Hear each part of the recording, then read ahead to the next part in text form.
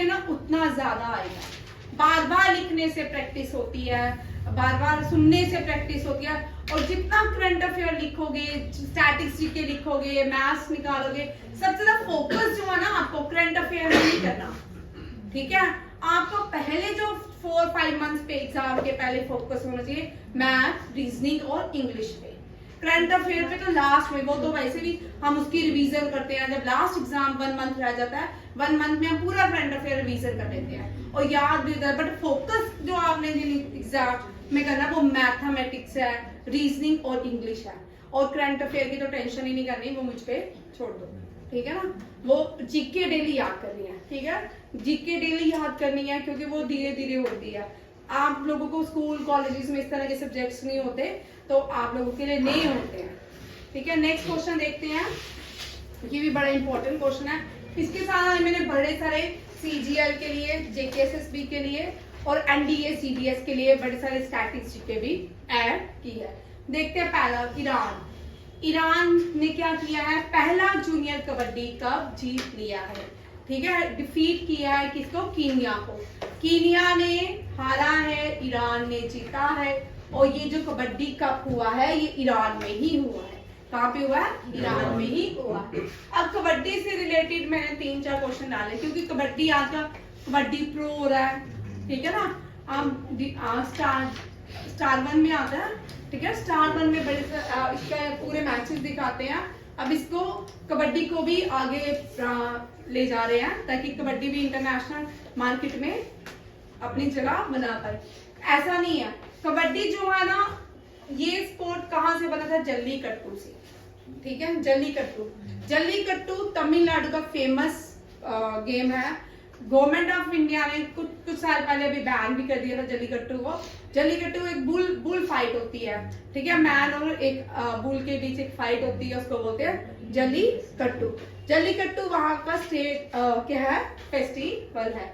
और ये जो गेम है ना, कौन सी, अब कबड्डी जो है ना, कबड्डी कौन सी ट्राइबल, यहाँ पे मैंने यहाँ क्वेश्चन ऐड किया, कौन से ट्राइबल के लोग कबड्डी को खेलते हैं, डेट इज कॉल्ड आयर। कौन सी, आयर ट्राइबल। ये कौन से ज्योग्राफिकल रीजन से आती है, मुलाई ज्योग्राफिकल रीजन। ये मुलाई ज्योग्राफिकल रीजन कहाँ पे है, तमिलनाडु में, ठीक है। तमिलनाडु की कैपिटल है चेन्नई। ये आज अब इसके बारे में संगम लिटरेचर में मेंशन किया है। कौन से लिटरेचर, संगम। यहाँ पे मैंने बुद्धिज्म के लिखा, जो लॉर्ड बुद्धा थे वो भी लाइक टू प्ले कबड्डी, ठीक है। संगम लिटरेचर, जैसे हमें जेएनके का लिटरेचर जाना है तो हमें क्या पढ़ना पड़ेगा, कल्हाना की राजतरंगिणी, ठीक है। इसी तरह अगर हमें साउथ इंडिया के बारे में जाना है तो हमें तमिल के जो लिटरेचर के बारे में जाना है तो संगम लिटरेचर से पता चलता है। और उसके बाद क्या है, ये माना जाता है, कुछ लोगों का मानना है कि जो तमिल लैंग्वेज है भगवान शिव ने खुद बनाई थी।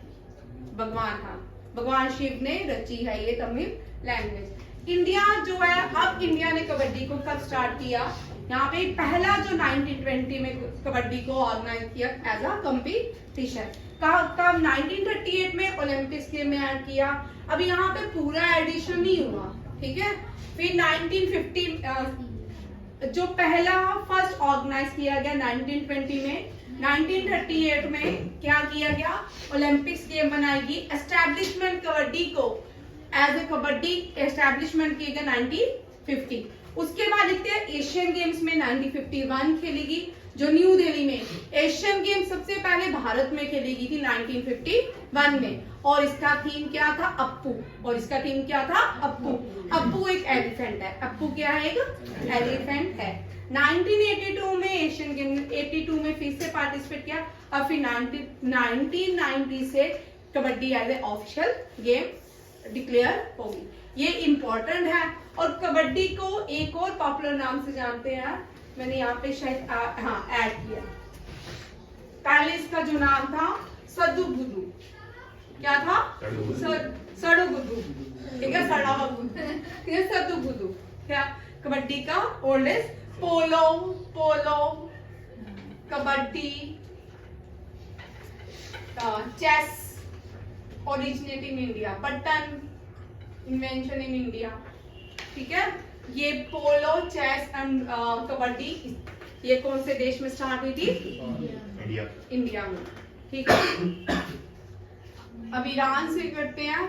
अभी रिसेंटली ईरान में हमने देखा कि अर्थक्वेक आया।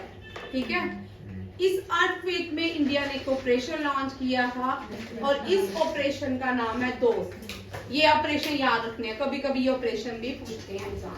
ऑपरेशन दोस्त सीरिया और टर्की के लिए था। रशिया और यूक्रेन में जो बच्चे इंडिया से बाहर रशिया और यूक्रेन में थे उनके लिए ऑपरेशन गंगा था। और जब अफगानिस्तान और तालिबान के बीच लड़ाई हुई, जब अफगानिस्तानी छोड़ के आ रहे थे, वो ऑपरेशन देवी शक्ति। ये तीनों ऑपरेशन याद रखिएगा, ये पूछ सकते हैं। ठीक है, और कितना मैग्नीट्यूड अर्थक्वेक रहा, सबसे ज्यादा कितना किस पे आया, ठीक है, अब तक कितना आया है, नेपाल में कितना, इंडिया में सबसे ज्यादा कौन सी प्लेस में आया, भुज में। ठीक है, इस तरह के मैग्नीट्यूड भी पूछ सकते हैं आपको, अर्थक्वेक कितने मैग्नीट्यूड कहाँ कहाँ पे आया। ये एनडीए सीडीएस में हो सकता है, इस तरह के क्वेश्चन आपको आए। ठीक है, ये याद रखें, ऑपरेशन देवी शक्ति Afghanistan, operation Ganga Russia and Ukraine, and operation दोस्त तुर्की एंड सीरिया। इंडिया की जो है तुर्की के साथ थोड़ी कम बनती नहीं है, चलते रहता है। ठीक है, ईरान यहाँ पे मैंने यहाँ पे एक चीज शो की है, मैप दिख रहा है?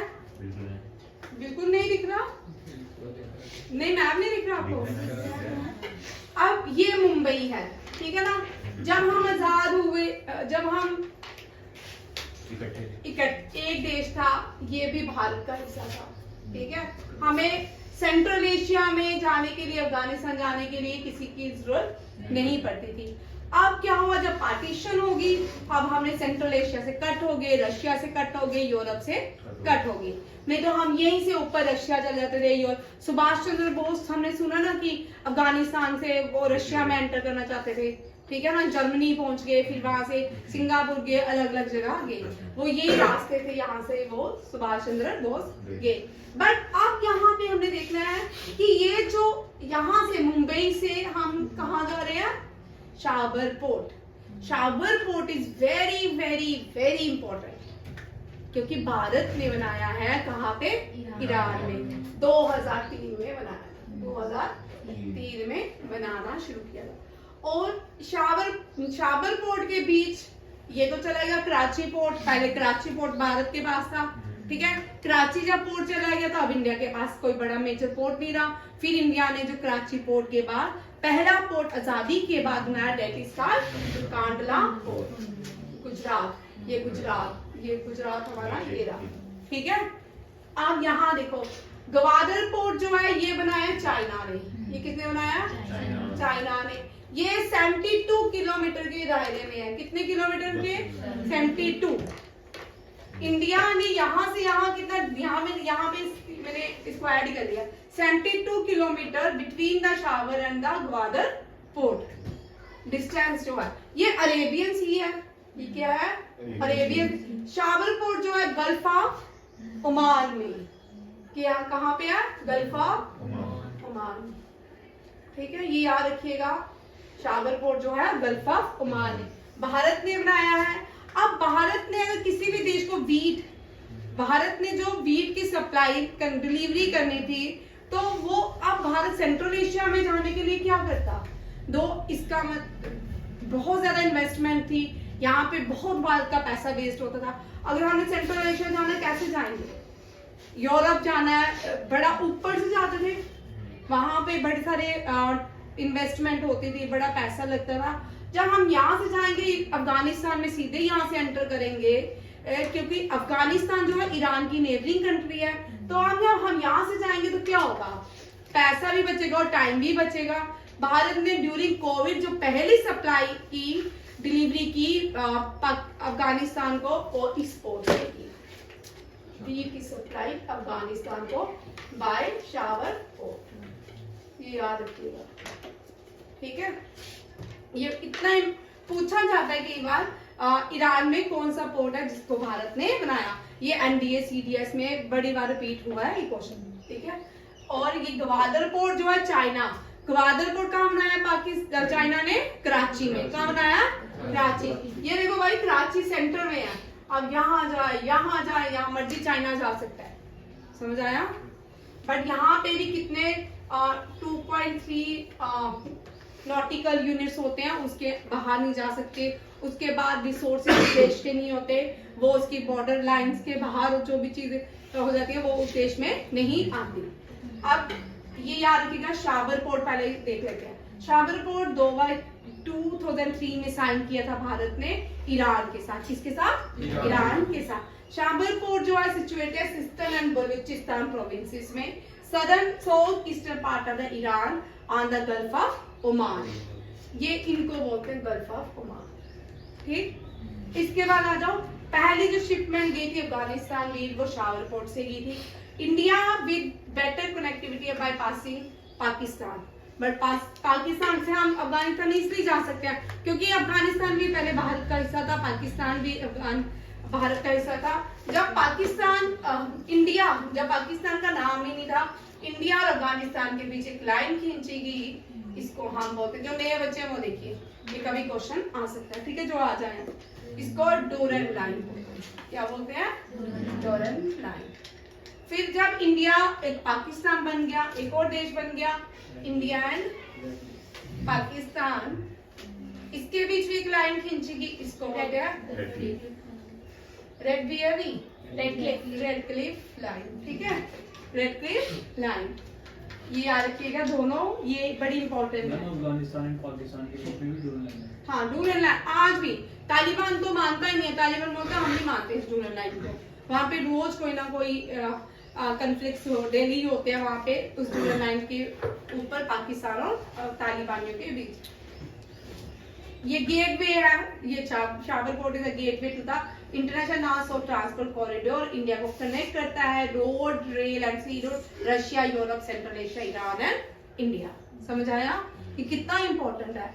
ब्रिटिशर्स ने पार्टीशन हमारी बड़ी सोच के किया है कि हम भारत को यहाँ से काटते हैं, यहाँ से काटते हैं, यहाँ से काटते हैं, देखते हैं कैसे दूसरी कंट्री के साथ ट्रेड करके बताएगा, ठीक है। कॉस्टली ट्रेड यूरोप के साथ बहुत कॉस्टली पड़ता था, रशिया के साथ बहुत। यहाँ से हमने जाना सेंट्रल एशिया, जब यहाँ से हम अफगानिस्तान से डायरेक्ट सेंट्रल एशिया चल जाते, उज्बेकिस्तान, किर्गिस्तान, अजरबैजान, तुर्कमेनिस्तान, फिर वहां से हम यूरोप से रशिया होते हुए ट्रेड कर सकते थे। बट यहाँ पे इन्होंने काट दिया हमको, बोला करके बताऊं ट्रेड, ठीक है। ये सारा रहा। आप देखो कैपिटल तेहरान, इसकी न्यू करेंसी इन्होंने डिजिटल रियाल किया, ठीक है। पहले क्या था? इरानियन रियाल, अब इन्होंने डिजिटल रियाल कर दिया। नेशनल गेम रेसलिंग है, आपने ओलंपिक्स गेम देखी होगी, जितनी भी रेसलिंग में ज्यादातर जीतने वाले ईरान के ही लोग थे। 7 पॉइंट जो रिसेंट अर्थक्वेक है, ये भी करंट अफेयर मैंने इसमें डाला है, 7.8 है। कितना है? 7.8 मैग्नीट्यूड है।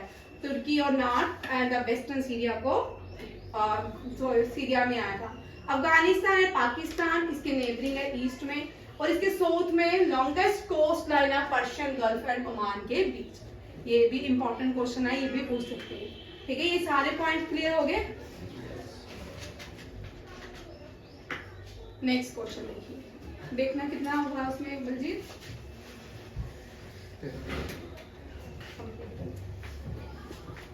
नेक्स्ट देखिए, रिसेंटली इंडिया में आर्कियोलॉजिकल डिपार्टमेंट ने 13 टेम्पल ढूंढे हैं अर्थक्वेक में, ठीक है। अर्थक्वेक में नहीं, आंध्र प्रदेश में। कितने टेम्पल्स? 13। कहाँ पे? पुष्पागिरी क्षेत्रम। कहाँ पे मिले ये? Pushpagiri Kshetram in the Kadapa district in Andhra Pradesh, ठीक है। बाहुबली वाला कडप्पा नहीं, ठीक है, कडप्पा डिस्ट्रिक्ट इन आंध्र प्रदेश। अब यहाँ पे 3 क्वेश्चन बनते हैं भाई। एक तो कहाँ पे 13 टेम्पल मिले, ठीक है, कौन से स्टेट में मिले और कौन से डिस्ट्रिक्ट में मिले, 3 आपके क्वेश्चन हो गए, ठीक है। हाँ, 13th सेंचुरी टेम्पल ये है, ठीक है। बहुत सारे टेम्पल्स है इसके अंदर भी जो मिले हैं, मैं उल्टा ही बोलूं। पुष्पागिरी क्षेत्रम कडप्पा डिस्ट्रिक्ट इन आंध्र प्रदेश। अब यहाँ पे मैंने इंपॉर्टेंट पॉइंट मुझे लगा, ये on the bank of which river, river पेना। ये रिवर, यहाँ पे जो नदी बहती है उसको पेना नदी कहते हैं। अब पुष्पागिरी क्षेत्रम क्या चीज है? ये हरिहरा, इसको हरिहरा क्षेत्र भी कहते हैं। यहाँ पे बहुत सारे टेम्पल हैं जो शिव और भगवान विष्णु को डेडिकेट हैं। शिव, हम अगर इन सेंचुरी में देखें ना 8, 9, 10, 11, 12, यहाँ पे दो भक्ति पीरियड मतलब कि जो शिविज्म एंड क्या था, एक विष्णुविज्म। ठीक है, दो तरह की भक्ति की जाती थी, शिवनिज्म एंड विष्णुविज्म। हमने ललितादित्य देखा। ललितादित्य जो था JNK कश्मीर का प्रोमिनेंट राजा था, वो विष्णुइज्म को मानता था। वहां पे उन्होंने जितने भी टेम्पल बनाए वो विष्णुइज्म पे थे। और उनके आगे आए किसने शिविज्म को बिलोंग किया, कोई शिव के टेम्पल बनाए। जो ललितादित्य का जो मेन टेम्पल है, सन टेम्पल, उसके अंडर होते ही वहां पे भगवान विष्णु के दर्शन होते हैं। उन्होंने उस तरह की कंस्ट्रक्शन की थी। अब देखो यहाँ पे पुष्पागिरी रेफर टू एज हरिहरा क्षेत्र, और आप यहाँ पे फिर मैंने ऐड कर दिया Pushpagiri is also called, Pushpagiri is also called second Hampi. Hampi जो है यूनेस्को वर्ल्ड हेरिटेज साइट है, शोर टेम्पल है इसके अंदर हम्पी में। ये हम्पी कहाँ पे है? उड़ीसा में है ना? हम्पी कहाँ पे है? पक्का है? हम्पी जो है, हम्पी का नोट में कौन सी, इंडिया की कौन सी करेंसी पे हम्पी बना है? 50 रुपीज। अब हम्पी का हुआ आंध्र प्रदेश में हुआ, कर्नाटका में हुआ, ओडिशा में हुआ, साउथ इंडिया में कहाँ हुआ? चेक करो भाई, मुझे भी नहीं एग्जैक्ट याद। ठीक है, आर्किटेक्ट ने क्या कहा, ये टेम्पल जो था कायस्था रूलर्स ने बनाया था। ये किसने बनाया था? कायस्था रूलर्स ने। किसने बनाया था? ये जो कायस्था रूलर थे ना, माना जाता है ये काकटिया डायनेस्टी के, हाँ, कायस्था जो रूलर थे ये किसके थे? ये कोऑर्डिनेट माने जाते हैं। ये किसके माने जाते थे? काकटिया डायनेस्टी से के साथ इनके रिलेशन बड़े अच्छे थे। कौन से? काकटिया।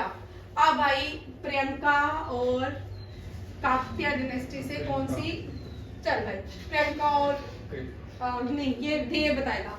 देव और प्रियंका और आकृति बताओ भाई, काकटिया डायनेस्टी से कौन सी 39 यूनेस्को वर्ल्ड हेरिटेज साइट आई है?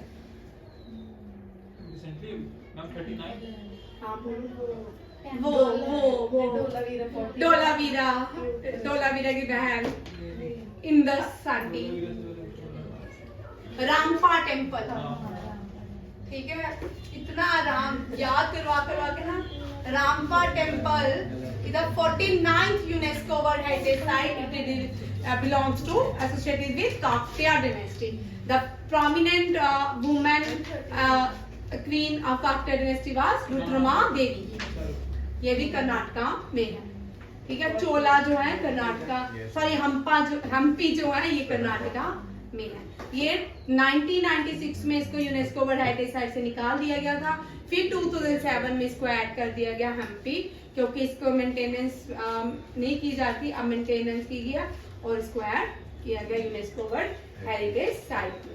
ये रहे आपके आज के 2 डिटेल करंट अफेयर। ठीक है, थैंक यू। नेक्स्ट में चलते हैं, बैटरी अभी क्लास होगी।